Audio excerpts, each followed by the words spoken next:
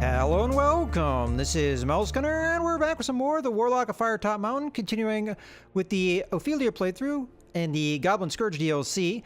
We just saw a dragon on the bridge and some kind of calamity happening down below with goblins, and we also have heard the name Scarclaw, which is the one goblin leader that we're looking for. So I'm not really sure what's going on there. I don't know if there's fighting. I don't know if that dragon went off to kill goblins after seeing all that calamity, but we're going to continue down these steps and see what we find.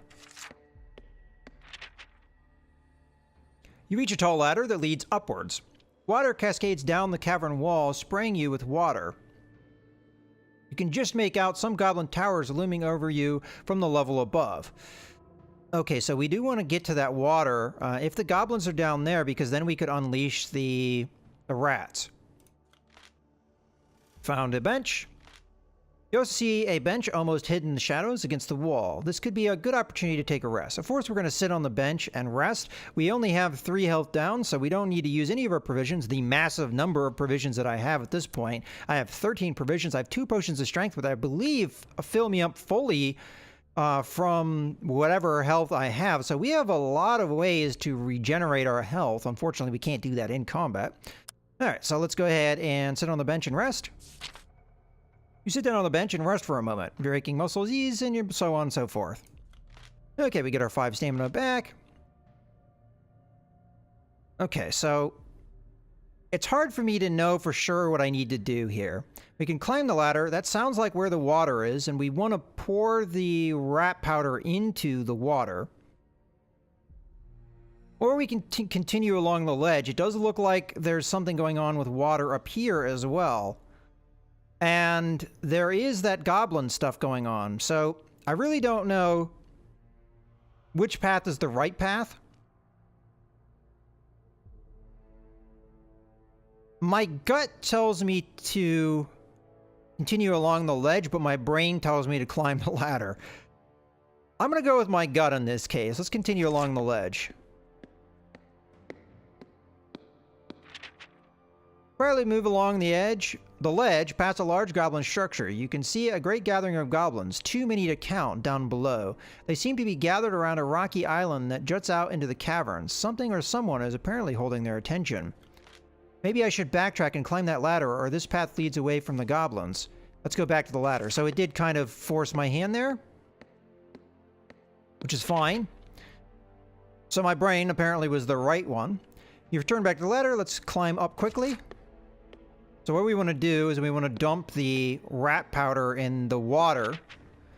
On reaching the top of the ladder, you encounter a small huddle of goblins peering down at the events taking place far below. Clamber up and get to your feet quickly, drawing your weapon. All right, let's fight these goblins. But we want to pour that powder into the water, I believe. Okay. So that guy queued there. I'm going to assume that this goblin's going to move here, so let's attack. Boom, dead. This one's probably going to move there, so let's move to face. I think he will be able to attack me, but we should be able to clash him and defeat him. Okay, and then that guy's going to move there. Boom, dead. They've actually made goblins a lot easier in this version of the game. You defeated the goblins. With the goblins taken care of, you look around the platform. 2 large goblin towers rise up out of pools of water behind you, which drain into waterfalls that cascade down the cavern walls. Cough, feeling strange again. Hack. Maybe I could organize an army of giant rats to suddenly appear.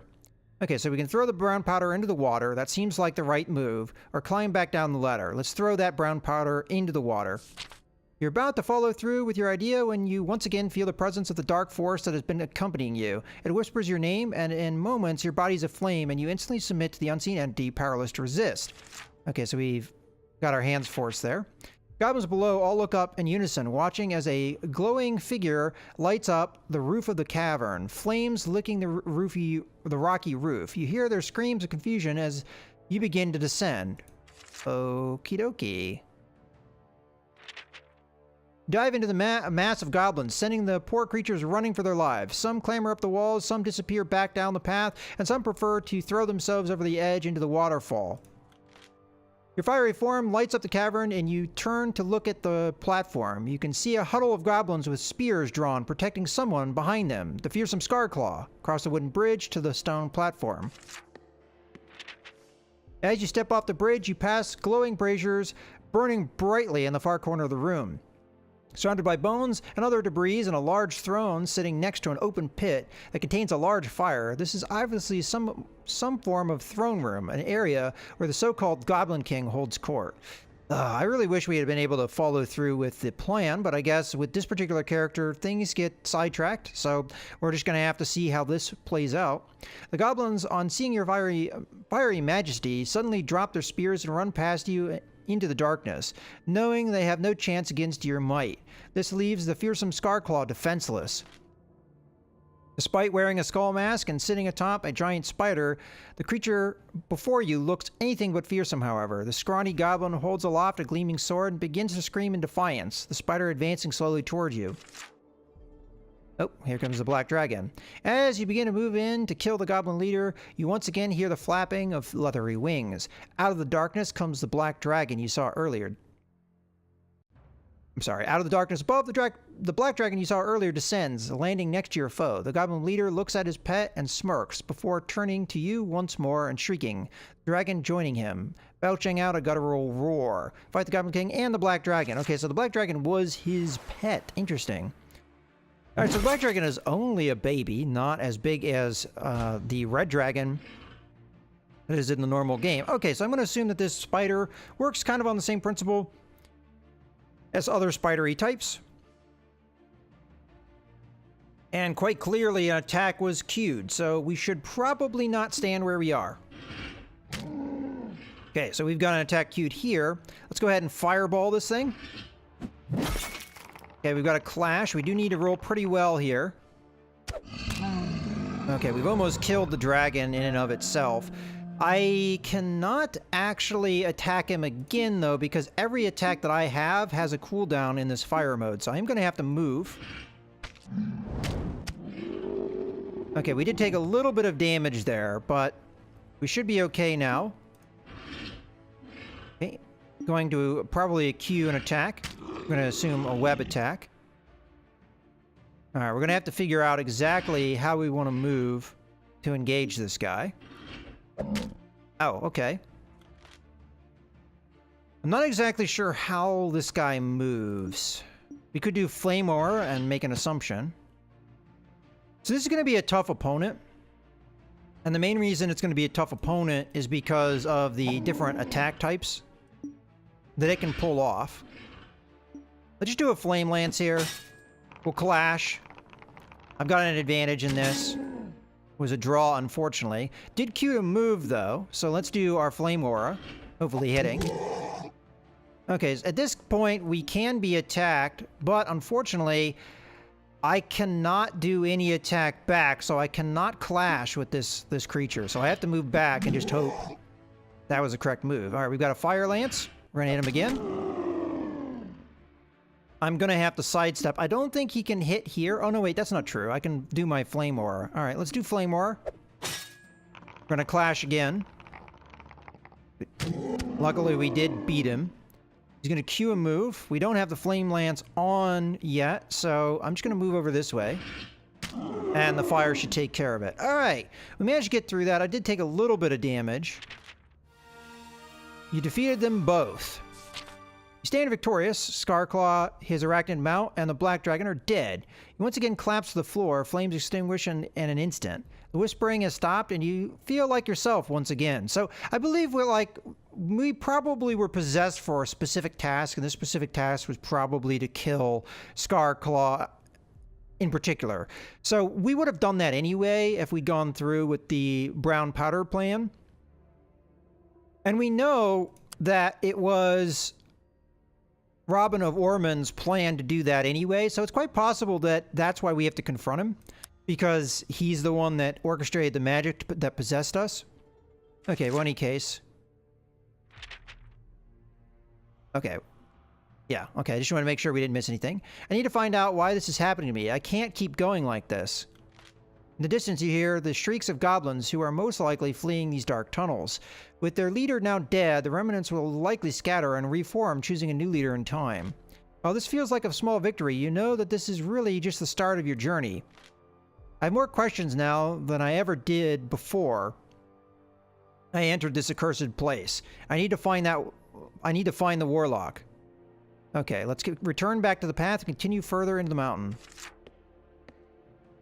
Okay. Follow the path to the east. Now that the goblins have run off into the darkness, the cavern is eerily silent apart from the continuous sound of waterfall behind you. After a short while, you reach a raised stone platform that appears to be full of bones and other debris. Let's go ahead and investigate. Why not? You sift through the bones and other rotting detritus.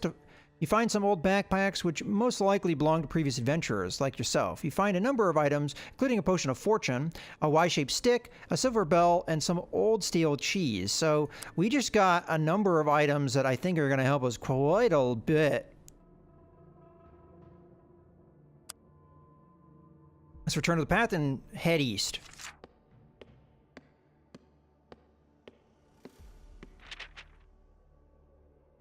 Cross a stone bridge and come to a small room with two sets of stone steps leading from it. So again, walk up the northward steps or we can continue eastward. Well, we've been going eastward. Let's continue eastward.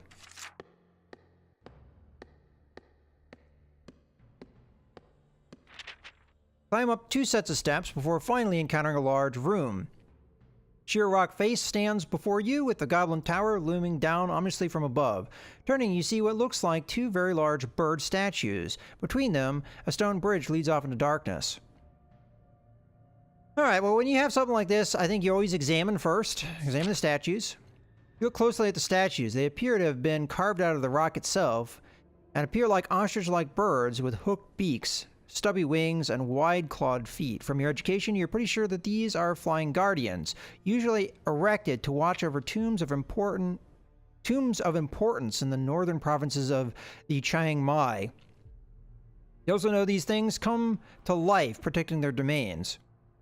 Okay, leave quickly across the stone bridge.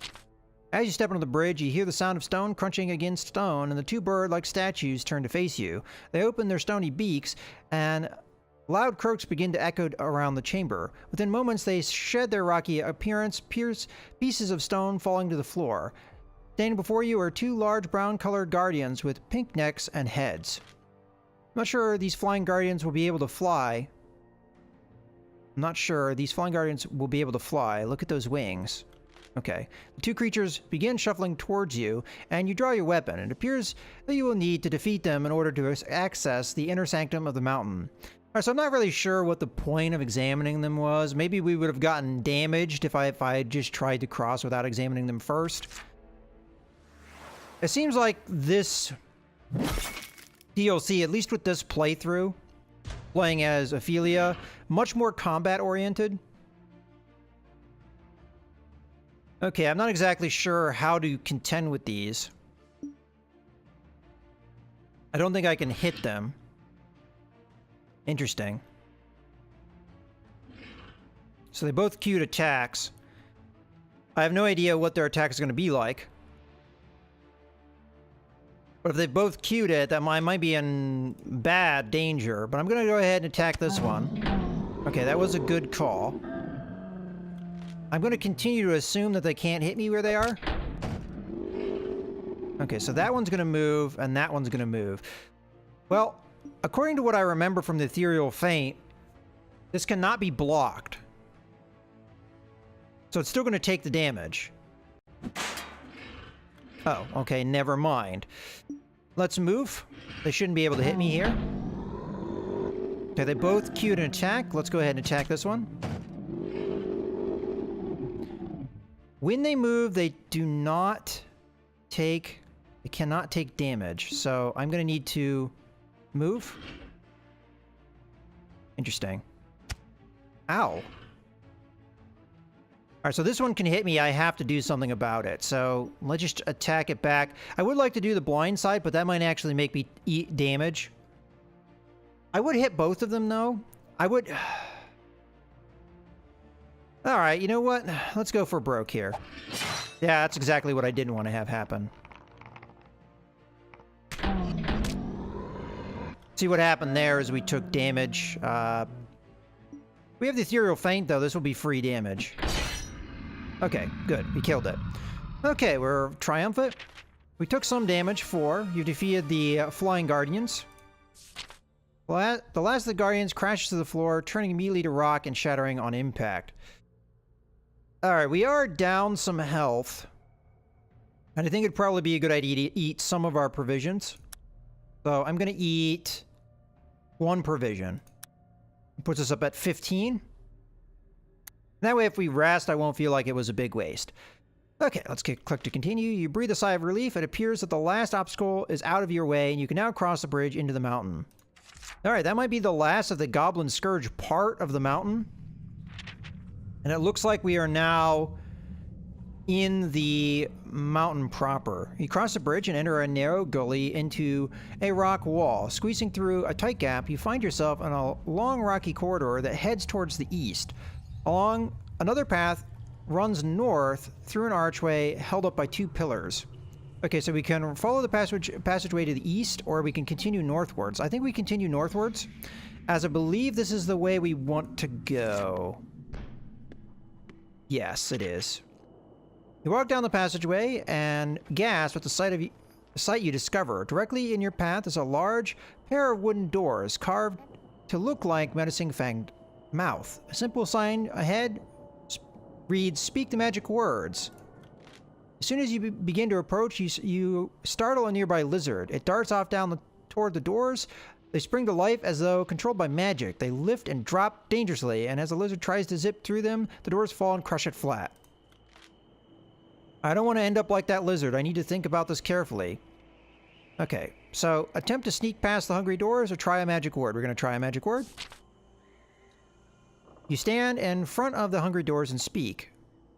So, speak the magic words.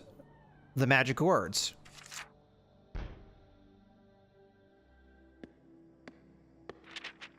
Hungry doors stop moving. You walk through the corridor. However, as you approach, they begin to come crashing down on top of you. You leap out of the way, and they graze you as you make it through. Okay, so that was the wrong thing. Alright, oh well. I forget what you're supposed to say there. I guess it's just open up. I don't know. But it seemed to be right. It said speak the magic words, so I spoke the magic words. Oh well. We lost 4 health, but then I'll be able to just get it back. Especially if I sit on the bench and rest and consume some provisions. That'll give me 10 health, which... I mean, kind of it's a waste, because I'd get 8 health back, and provisions are worth 3. You normally rest for 5. But the provisions are worth 3 anyway, so it's not like I'm losing anything. Sit down on the bench and take out a portion of provisions from your pack. Your moment of rest combined with your healthy provisions make you feel much better. And we get 10 stamina. Alright, so we're fully healed. Let's continue onwards.